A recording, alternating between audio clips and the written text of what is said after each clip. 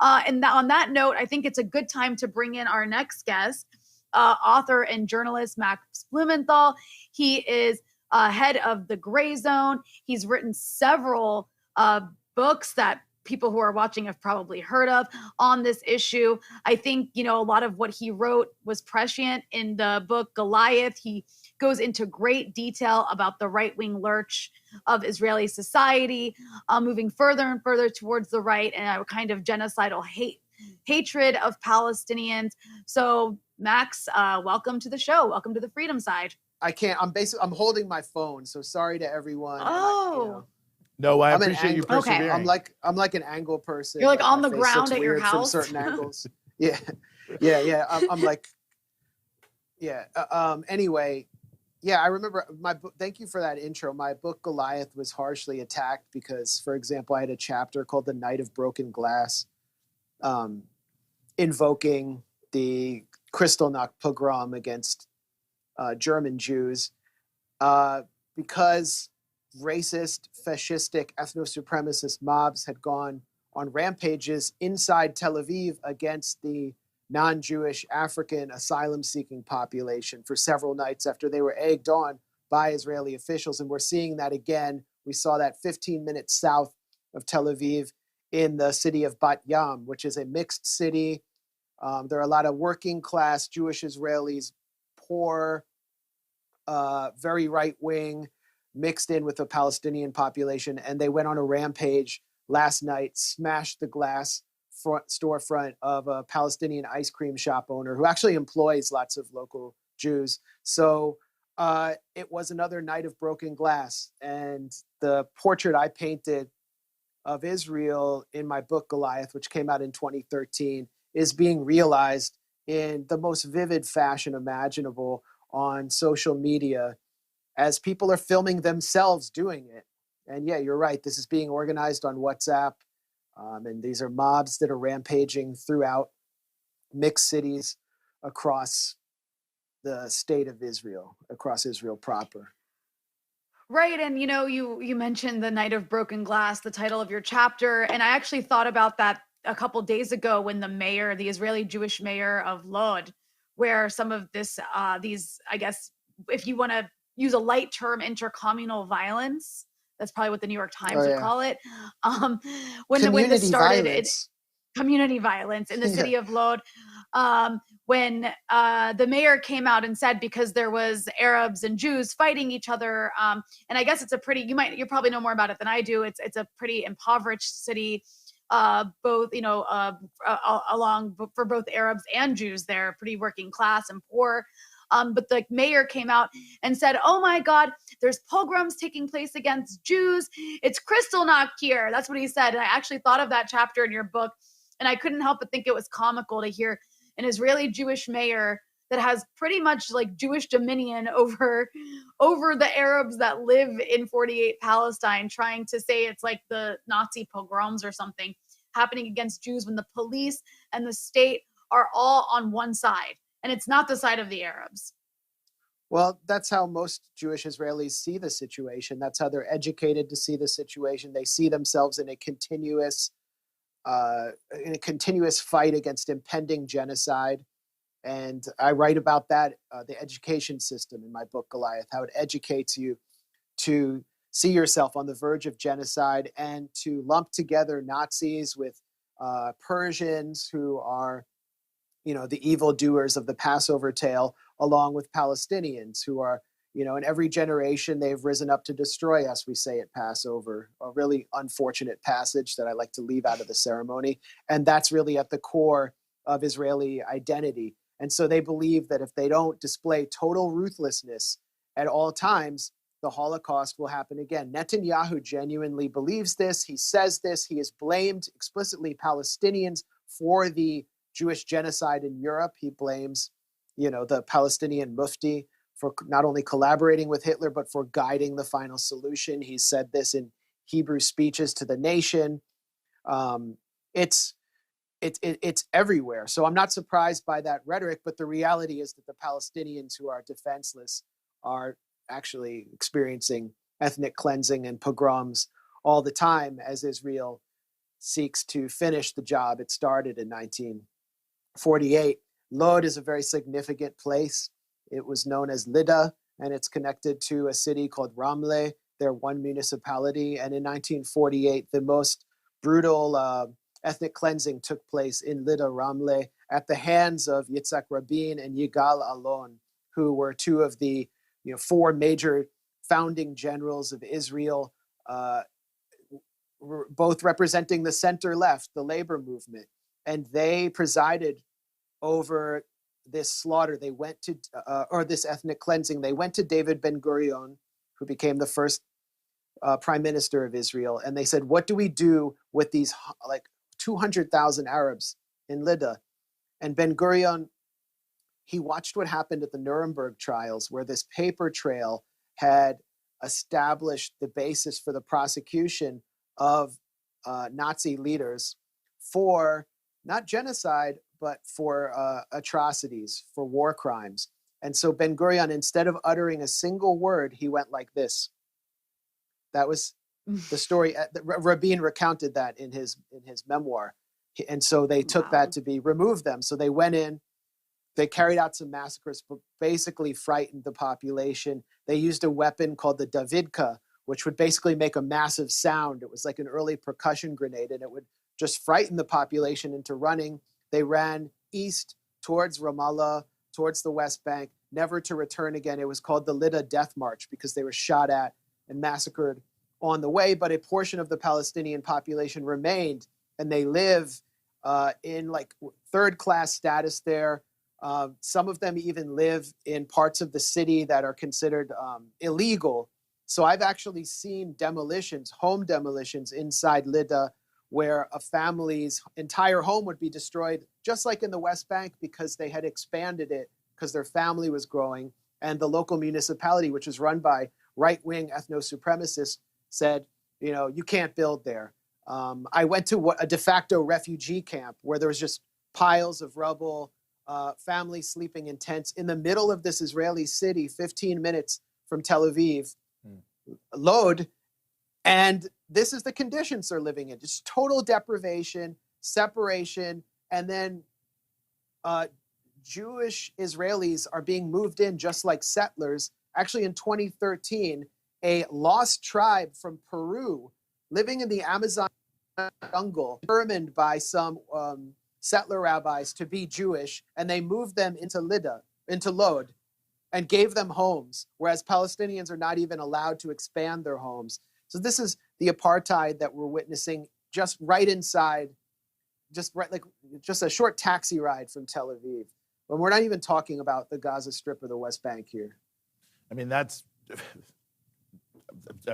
I'm almost speechless. Maybe what I'll just do to advance the ball, one of the images has come out. I'm sure you've already seen this, Max, but I think it's a piece of everything you've been saying so far in terms of the mentality of so many of these people. And I want to show it here. It's of some young women celebrating, as you can see. Well, that was a little bit of it. So let's just bring it up here.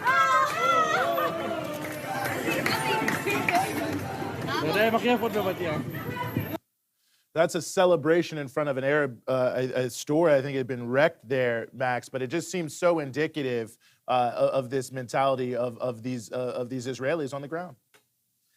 I actually hadn't seen that.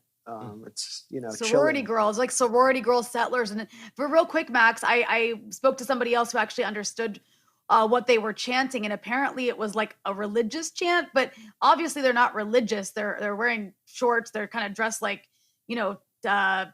typical teenagers, I guess. So it's just interesting to see even secular looking people like that have taken on these kinds of like religious nationalistic chants that you typically hear from settlers. But go ahead. What's your reaction, your raw reaction, I guess, to seeing that image? Well, it's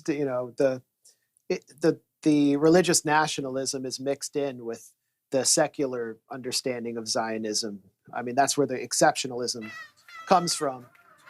But if you see these mobs rampaging, one thing you'll hear them chanting most often is Mevet la'Aravim, death to Arabs.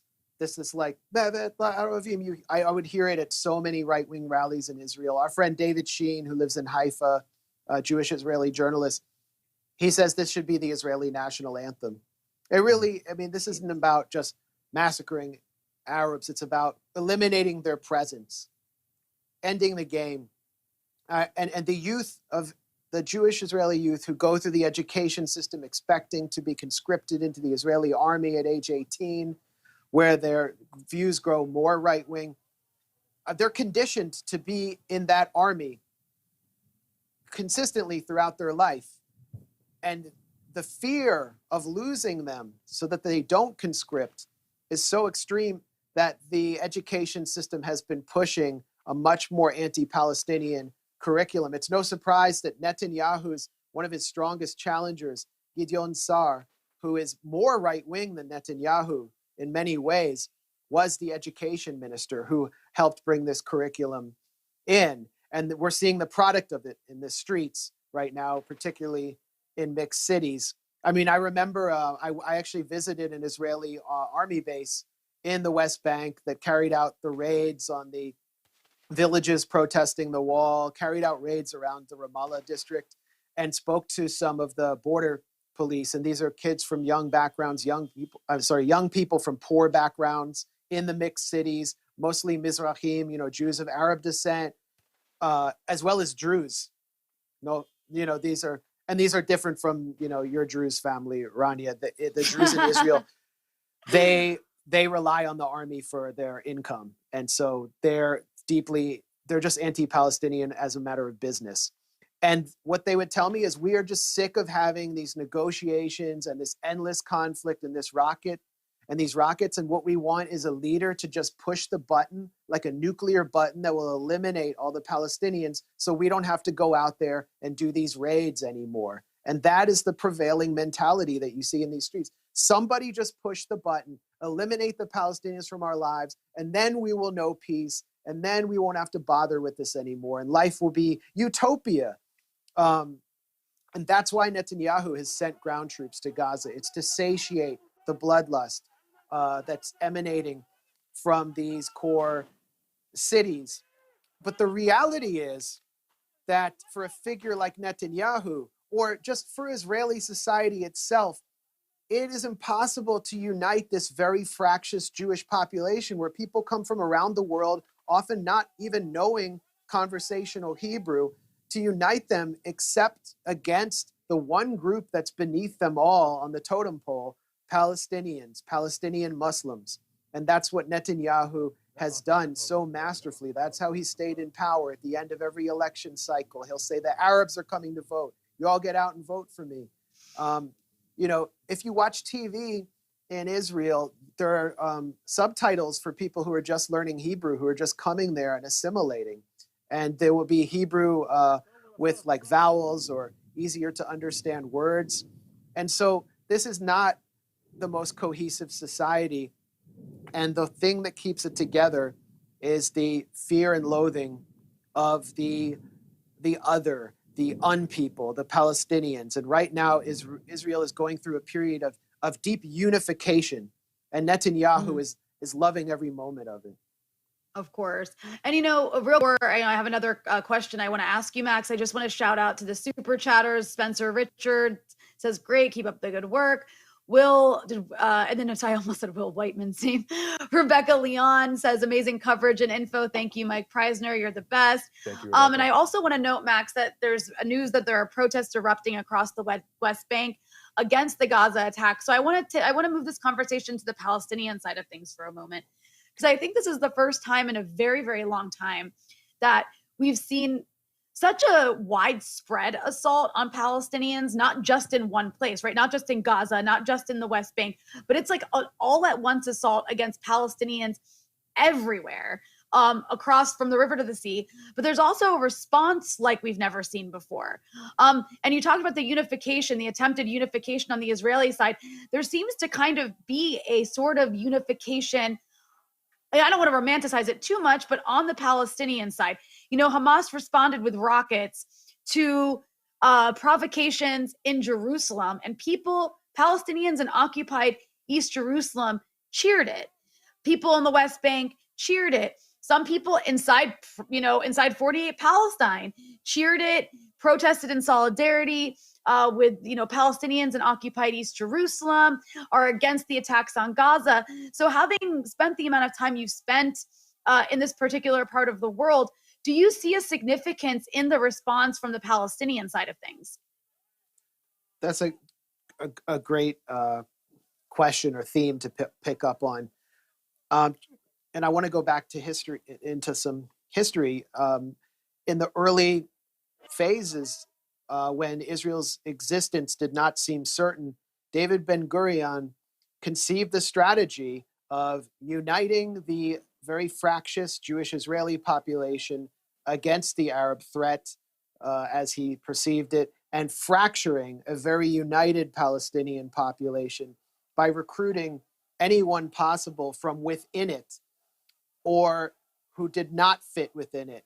So Ben-Gurion set up a minority unit within the Army Border Guard, consisting heavily of Druze, but of any minority group, including Palestinian Christians, but mainly Druze, that would fracture Arab unity. And he said, this unit will be a knife in the back of Arab unity. And that's what what the Zionist movement or Israel has sought to do regionally. Ben-Gurion worked really hard to forge ties with Turkey, to forge ties with Ethiopia, any country in the region that would not stand with the Arabs. And now we see the Abraham Accords, where Israel has recruited the United Arab Emirates and Bahrain, and they've forged this great relationship with Mohammed bin Salman. It's about disrupting regional unity. And of course, the proxy war on Syria, trying to take out the one nation that refused to normalize with Israel. And so they thought that the Palestinian question maybe had been settled. People in Washington around Biden, actually, Dennis Ross, Martin Indyk, they believed that Biden could totally disengage from this because the Palestinian issue was finished, because the Arabs, who are actually just these colonial phony cutouts, were normalizing with Israel. And now Palestinians are back to show them that this isn't over. In fact, they're more unified than ever before. The resistance inside 48 Israel is stronger and more intense than it was during the assault on Gaza in 2014. The resistance in the West Bank is just building. And what we're seeing from the Gaza Strip is I think, the story of this escalation is the resistance from the Gaza Strip. And here's why. Maybe 3 days before the evictions in Sheikh Jarrah were to begin, this neighborhood in East Jerusalem where Jewish settlers were going to displace Palestinians, Mohammed Deif, who is one of the most significant figures in the Gaza Strip that we scarcely hear about in English language media, the chief of staff of the Al-Qassam brigades, the basically commander of the resistance factions in the Gaza Strip, warned Israel, if you go ahead with these evictions, we will make you pay the price. So here is the top commander in Gaza not issuing an ultimatum about Gaza. He's not saying end the siege or you will pay a price. He is defending Palestinians in Jerusalem who are totally defenseless. He's issuing an ultimatum about something happening far away. And he's saying, we are unified. We are one people. And when the rockets came into Jerusalem, the cheers went up from Sheikh Jarrah. And what did they say? We are the children of Mohammed Deif. That is what people in Palestine are saying. They're not saying, Hamas is really ruining the conversation here about evictions and we should condition aid to Israel. No, they're saying, we want to resist, and thank you for defending us, because it doesn't matter what we say. We appeal to the good-hearted progressives in America and in the West all the time, and nothing changes from administration to administration. But the factions in Gaza step up to defend us, and they have increased their capacity, their deterrent capacity against Israel since 2014 dramatically. That's why Deif has the confidence. He hasn't spoken in public in 7 years before making this statement. In 2014, his entire family was killed in his car. He was hit with a 2,000-pound missile. He barely survived. He is probably handicapped. He's missing an eye.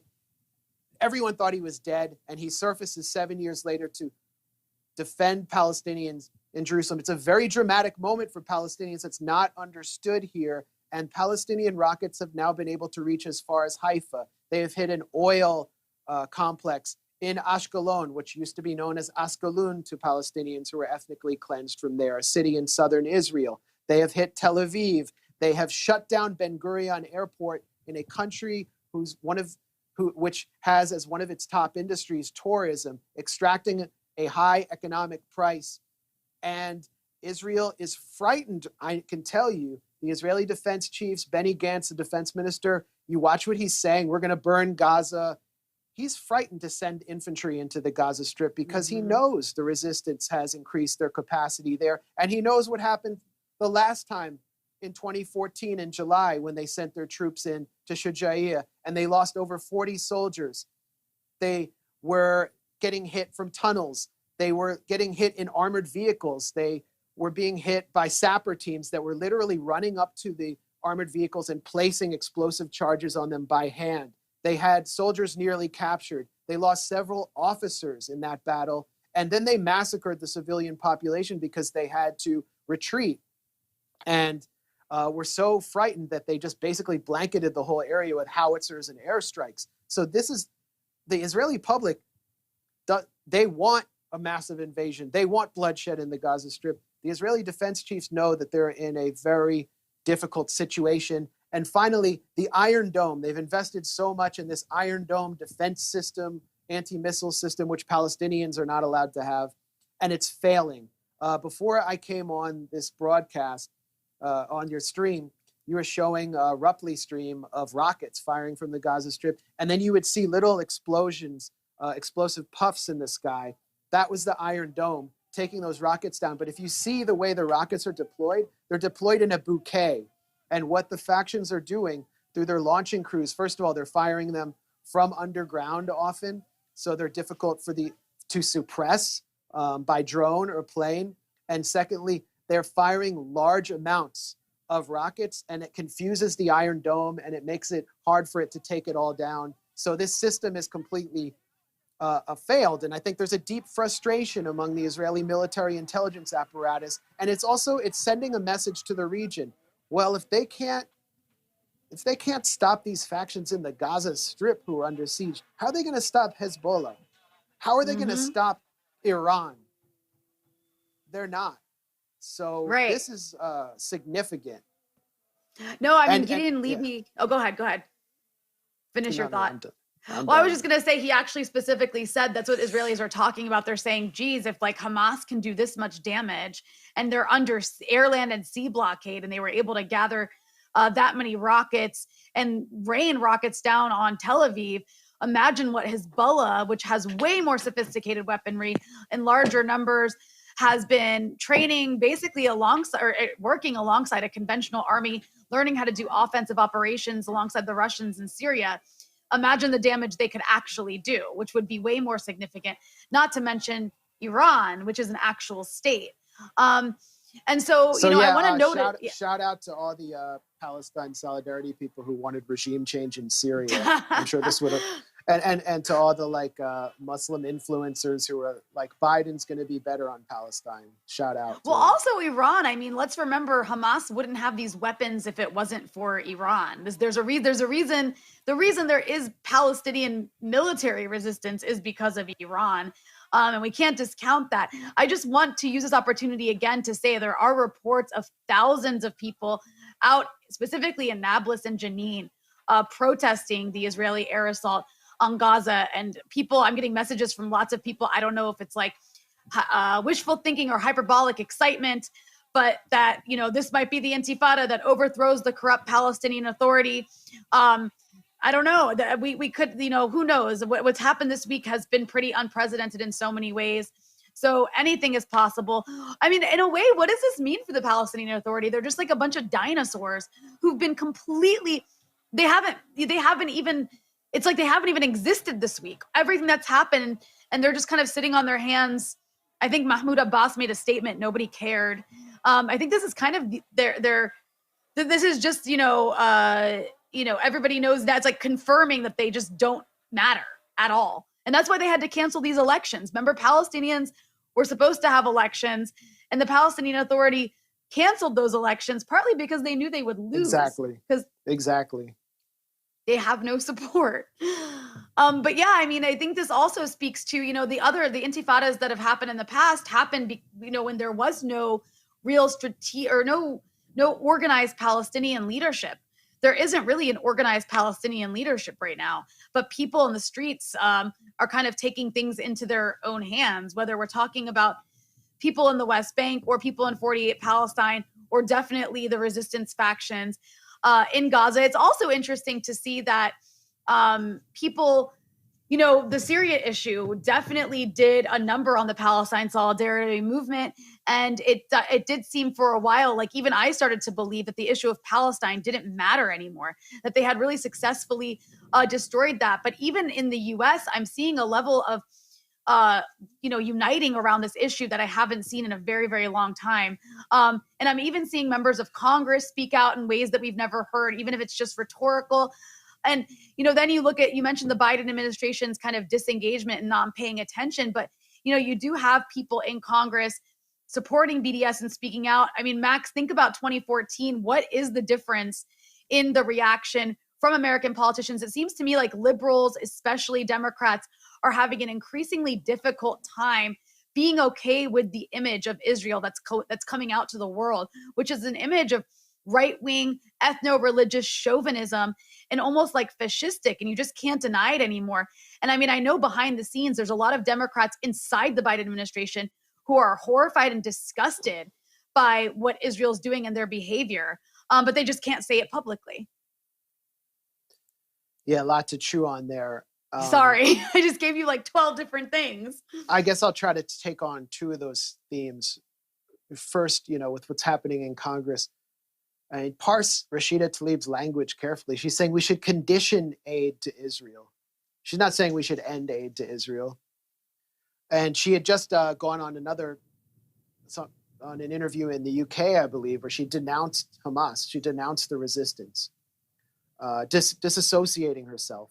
It's that kind of respectability politics that we've been with, whether it's more amplified and it comes with images of suffering Palestinians, is not going to succeed within the Democratic Party because they have no place for true solidarity with Palestine. The Democratic Party is not a small d Democratic Party.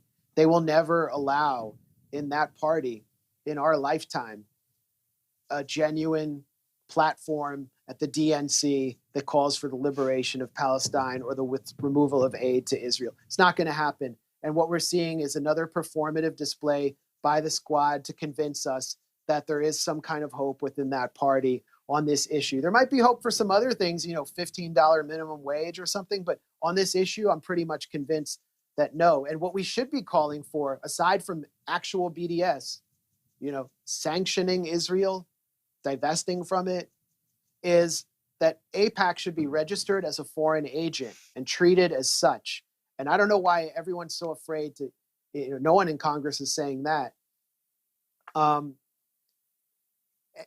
I look at Biden and I see the face of the Democratic Party since 1967, someone who's been in the party almost since the party became officially pro-Israel.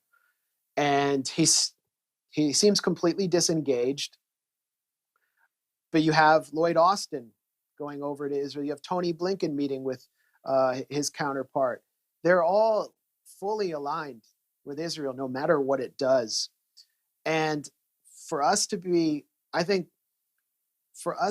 think that if we temper our language and we work within the confines of Washington, that we're going to produce some kind of change, it really misunderstands where the whole world is heading right now. Because before Palestine moves from the one-state reality of apartheid to a one-state reality of a binational state, where Palestinians actually have democratic representation, there's going to have to be a multipolar world. There's going to have to be a new world order. And so we need to move away from this Washington-centric framework and look at and be anti-imperialists, because the Palestinian leadership before Israel started deciding who their leaders were, first through targeted assassination of everyone who was leftist, everyone who were, true principled intellectuals, the Ghassan Kanafanis, the Abu Iyads, Abu Jihad, constant. George Habash survived so many assassination attempts, then choosing them through, the Oslo Accords and this whole phony peace process. Before that, Palestinian leadership was completely anti-imperialist, and they understood that the United States, as long as it was a unipolar world power or the predominant world power during the Cold War, as long as that was the case, Palestine would remain occupied. Now, Right. I don't think China wants to Liberate Palestine. Is wanting to like march in and liberate Palestine. But if we look at the statements from their foreign ministry this week, they've been mocking the State Department for saying that Palestinians have no right to defend themselves. Li Jianjiao, the foreign ministry spokesman, put out a tweet mocking Ned Price, Major Ned Energy, refusing to answer a question about whether, I don't know if NED stands for National Endowment for Democracy, but anyway, he's the State Department spokesman. And it was like this pathetic display. And you have China's, top foreign ministry representative, other than the foreign minister himself, mocking him. You have China trying to get through a UN session to end this crisis and the US blocking it. This is partly why the US is so afraid of China as a rising power. This is a country that has been colonized by the West. It is also a country that has no Israel lobby. There's no Chinese AIPAC. They may want to have good relations with Israel because they favor stability in the world. But the difference between China and the United States, besides that history of them being colonized, besides them being officially socialist, is they believe in international law as a way of ordering the world. And the Biden administration believes in what they call the rules-based order. They say that all the time. China needs to respect the rules-based order. So where are the rules? Where can we read those rules, Biden? Where are they, Tony? We don't know. It's just they make it up as they go along. They make the rules, and what it means is the U.S. and its allies get to exist in a state of legal exception from Bogota to Riyadh to Tel Aviv, and the U.S., like a mob boss, makes the rules. When a powerful country starts enforcing international law and restoring power at the UN, Palestine is going to be in a much, much stronger position, and so will those of us who are advocating for it from within the West. So it's a real shame that so many people from within the Palestine Solidarity Movement have spent so much time attacking anti-imperialists, so much time attacking the last country in the Arab region, or one of the last ones, that has refused to normalize with Israel, that provided a platform for resistance. I'm talking about Syria. And who's supplying the factions in Gaza? Who is it? Those with what's not homemade weapons. Who's providing them logistics? It's Iran. Like, let's just admit it. Like, when AIPAC says Iran's playing a role there, they're right. But Iranians are proud of that. They are proud because this is the legacy of Qasem Soleimani. And this is why the U.S. is demanding in the JCPOA negotiations for a new Iran deal that Iran end what they call its support for terrorism. That means end your support for the resistance factions in the Gaza Strip. Leave them defenseless like the Palestinians in Jerusalem so Israel can just rampage. They don't want this situation anymore, and they're trying to squeeze Iran, and Iran's not going to go for it. So, and what about Venezuela? What about Nicaragua? The countries that the U.S. targets in Latin America are the countries that stand up for Palestine at the UN. I remember the second time I was in Venezuela, in Caracas, the first time I saw a speech by the Vice President, Delcy Rodriguez, who I was able to interview last December. She was wearing a kufiya and speaking out for Palestine. The foreign minister of Venezuela issued a very strong denunciation of Israeli violence against Gaza, Jorge Ariasa. This is the dividing line. Palestine is the dividing line. It's the dividing line between the IRA and the Ulster Unionists. It's the dividing line between Hugo Chavez and Nicolas Maduro and Juan Guaido. it's the dividing line between Mohammed bin Salman and the children of Ghassan Kanafani in the refugee camps of Lebanon. And it's the dividing line here in the West between the synthetic phony left that sounds like the State Department on every issue except for Palestine, and people who really understand what it will take to liberate Palestine. And that means being anti-imperialist and fighting for a new, more just world order. That was really well said, Max. I very quickly want to remind everybody we're talking to Max Blumenthal. He's the founder of the Grayzone and also author of the book Goliath, which is a hugely important resource that is, on this issue of Israel-Palestine. And also the management of savagery. Oh, I can't even see which book. The 51-Day War, which covers in extreme detail Israel's carpet bombing campaign on Gaza back in 2014. And also the author of The Management of Savagery, which goes into deep detail about the dirty war on Syria. I also want to very quickly read out a couple of super chats. I said I'd read them out if people made super chats. I have Cerebus201 who says solidarity from Ohio, sending my energy as Eugene and Rania keep bringing the essential news to the people. Love your work, Max. And then we also have Faint Signals from Vega. Please watch and share the amazing documentary by journalist filmmaker Abby Martin, Gaza Fights for Freedom. It's free online. Max, I think what you're saying about the anti-imperialist struggle and the connection to Palestine is super important. And I think that that's one reason that explains the initial question I had asked, which had to do with like the Democrats and even those who have to at least publicly be pro-Israel, that they're so horrified by what they're seeing in Israel. And one of the reasons they will refuse to say that publicly and refuse to condemn Israel's actions, it's not just the Israel lobby. That, of course, plays a role.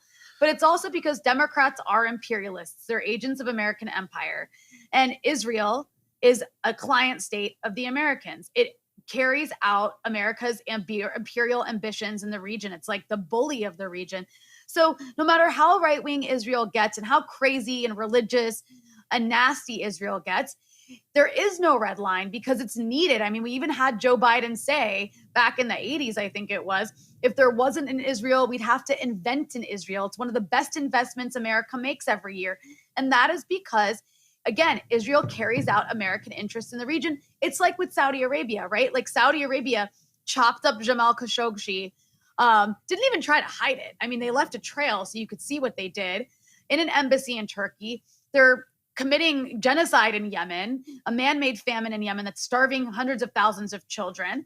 And there's no red line. There's no red line because Saudi Arabia sits on top of a huge supply of oil. And more importantly, it's a client state. It's like an American military base. It carries out America's regional ambitions. And I think people need to understand that about Israel, because the sooner people understand that, the sooner they can understand that you can't change the Democratic Party's policy on Israel.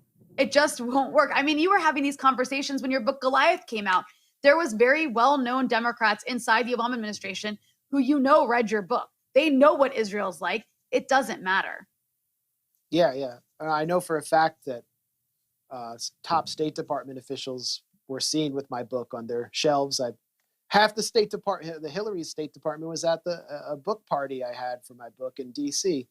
They all say, "Oh, we hate AIPAC," but at the end of the day, they do whatever AIPAC wants.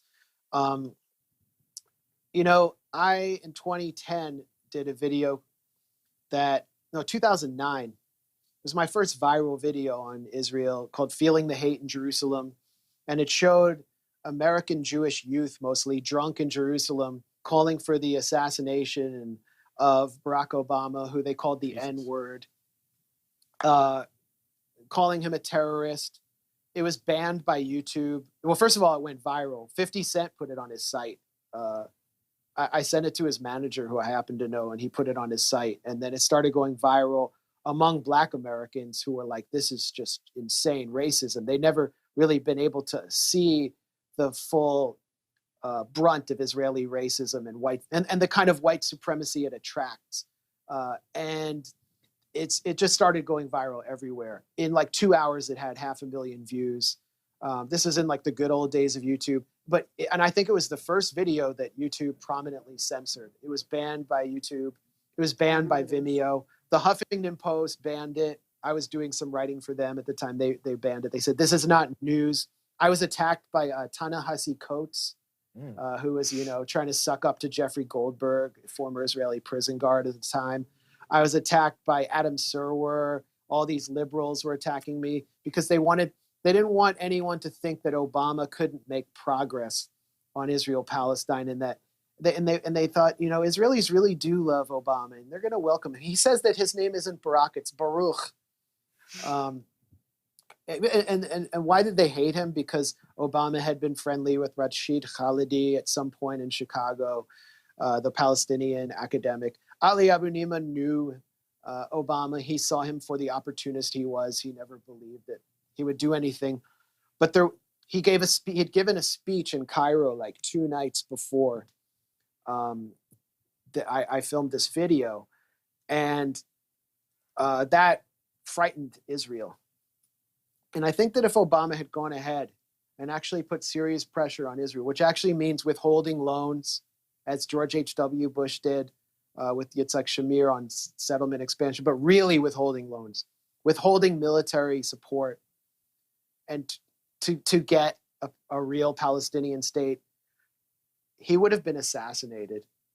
There would have been plans to assassinate him. It would have been Dallas. And if not assassinate him, then other black operations would have been enacted against him. And there is a history of this, but it's usually with Arab leadership or Palestinian leadership.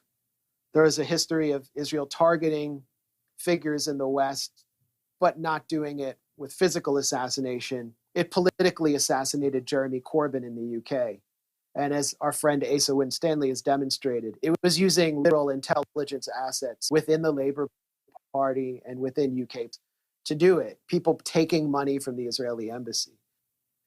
This has been to Bernie Sanders, if you know anything. Mm-hmm. And they know that. U.S. leaders know this. They know that that Israel is ruthless. It would be terrifying to be a member of Congress to take them on in this way. So that's the reality in this country. It is. Well, I really appreciate you joining us, Max. And in addition to all of your many books on this, I hope that everyone is following your work and all of the work of the whole team at the Grayzone, which is essential on a range of the issues we discussed here this evening. But appreciate you persevering and giving us some of your time here tonight on the Freedom Side.